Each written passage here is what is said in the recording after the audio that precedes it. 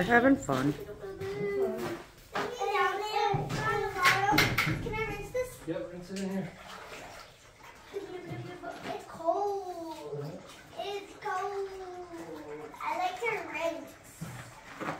I like to. Hey, no more salt in there, please. No more salt in there. I'm trying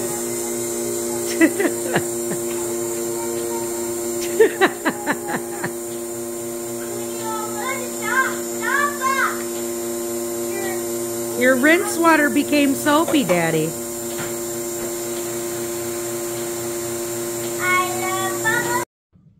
So, I talked a little bit about this on Instagram the other day, but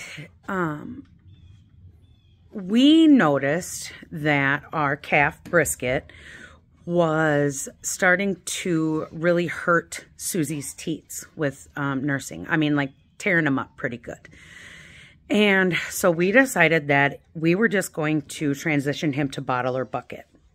Now, there is some people that'll say don't do bucket because of the way that a calf is supposed to drink. Their head should be up with their neck in like a straight line kind of thing.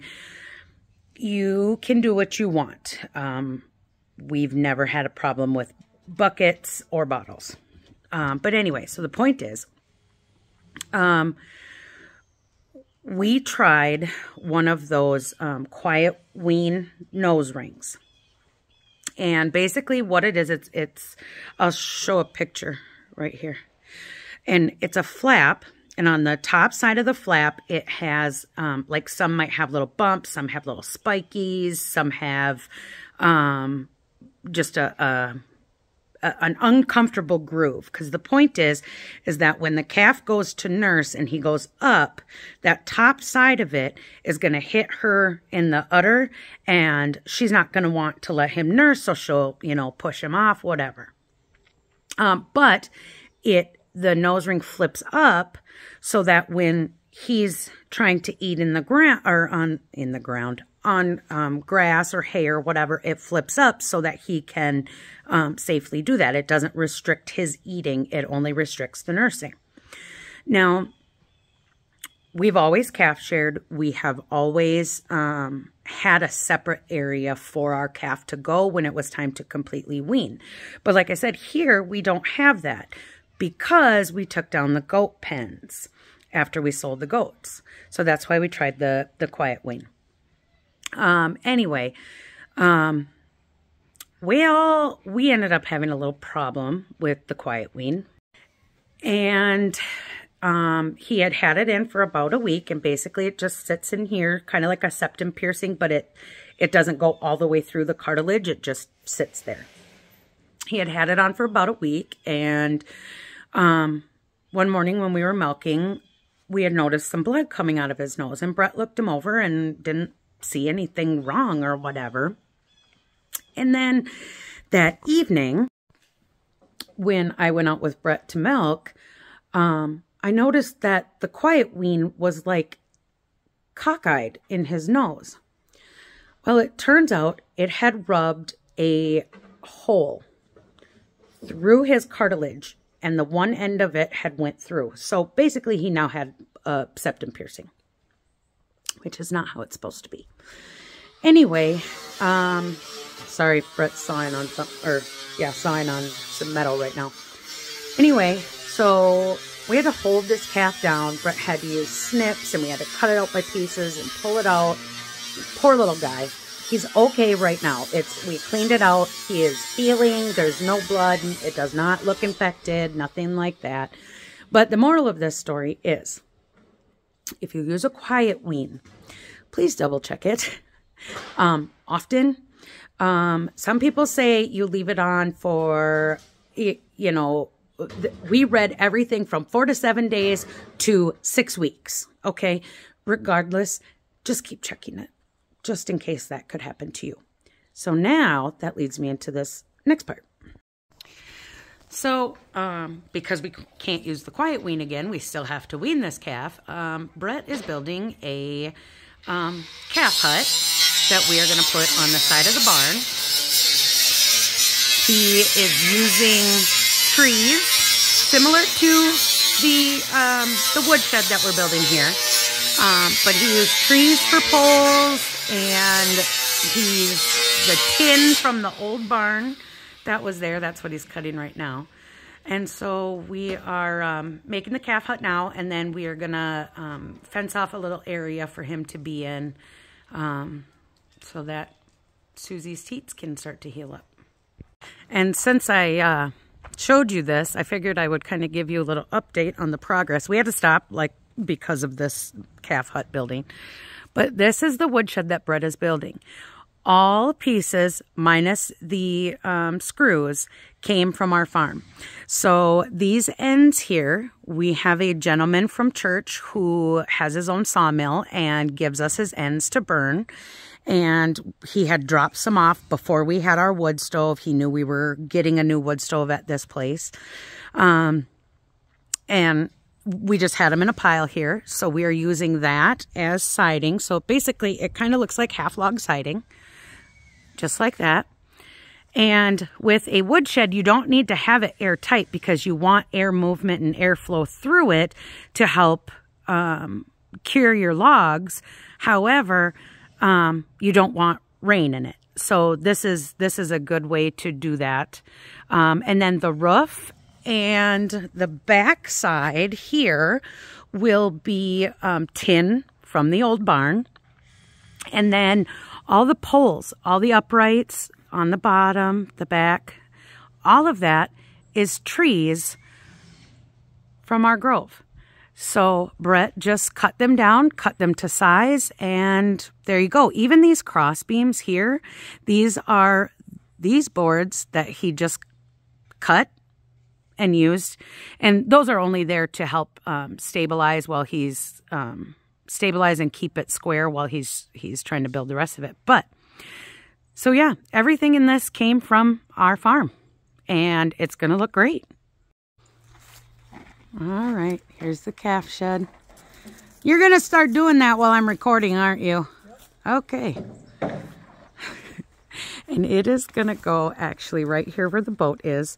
We're just gonna kind of butt it up against the little red barn, and we're gonna fence off this area here, and that'll be his weaning area. Measure twice, cut once, right? What? I said measure twice, cut once, right? Yeah, okay.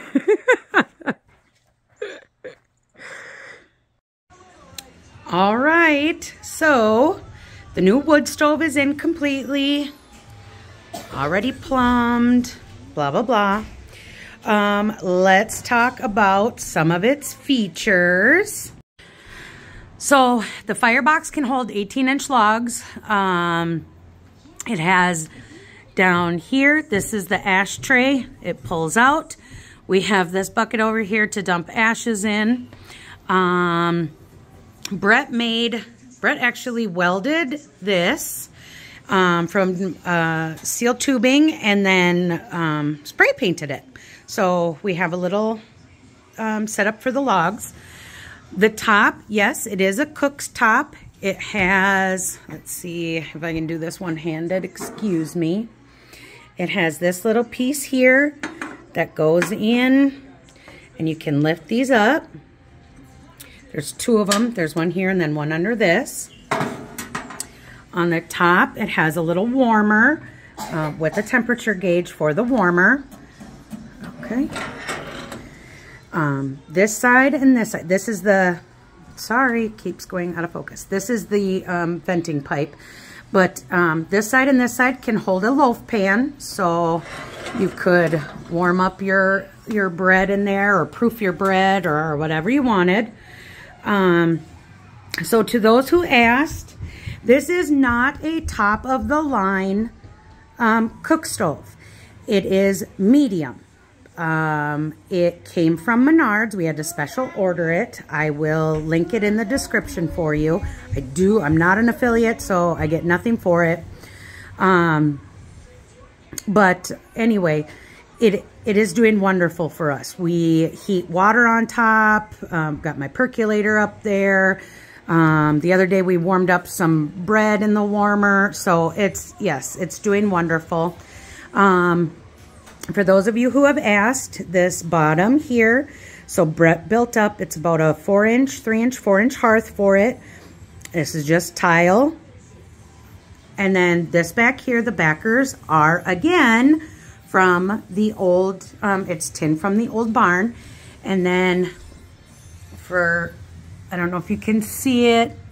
Oh, there's one of them right there. Okay, so you have 1-inch spacers behind it for airflow.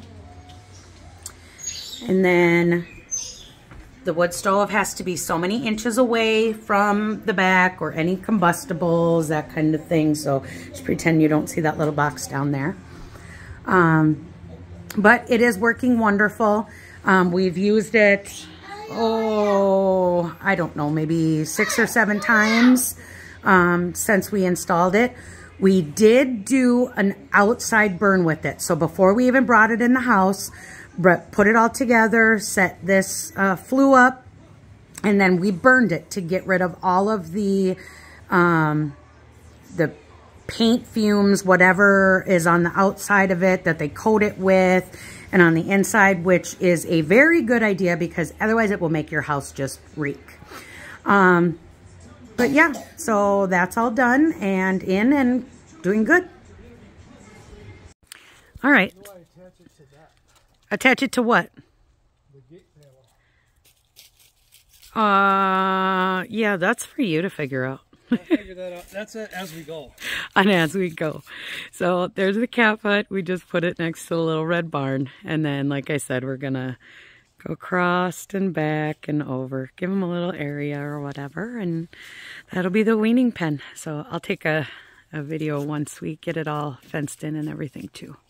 He's back there trying to get the calf. Okay. Yep, I see it, honey. I'm taking video. So here's the entrance. We didn't have a gate, so we just used an old dog kennel panel. And it goes, just a minute, honey. Goes all the way down here. So down to there. And he's got a hay feeder and water. And some good hay for resting. So this is how it turned out. I think it is just perfectly fine for this winter for him. Mama? Yes, honey. We got for the baby dab. Do I That's and eat? No, that's straw. I think I might have said hay, but I meant to say straw. That's straw. Yeah. Elijah, come here real quick. I wanna take a video. Can you do that? Well, it's gonna hit the side. You better. Yep, there you go. Okay, so if you guys don't know, this is one of those workout things, belly band, whatever, and you're supposed to like hula hoop with it. So I bought it about a year ago. I don't know why I bought it. I can't even do a hula hoop. I thought this was going to be, you know, something really cool, whatever.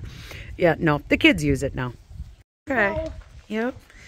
I'm just waiting on Brett. Him and Sammy are bringing up the hi turtle, are bringing up the calf. So, hi, baby girl. How are you? Good kitty, kitty. Chicken's taking a dust bath. So, that one is Nerd. The white one is a rooster Snowball. I think the kids named it. I don't remember. But, having fun? I think Susie's had plenty of grain. She looks pregnant. I know, on that one side, doesn't she?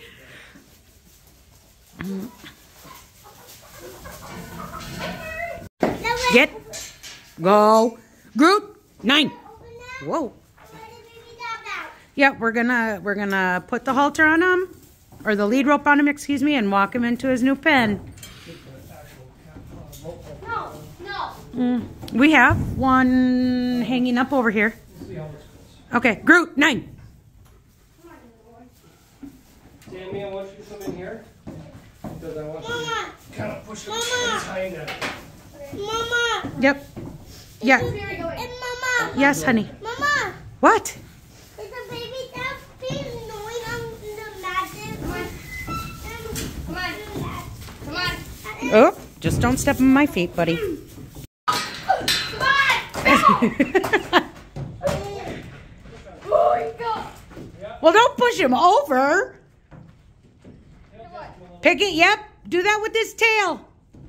So if you guys don't know, you can kind of steer a calf or a cow by holding their tail up and kind of pushing along, and it helps them to move better.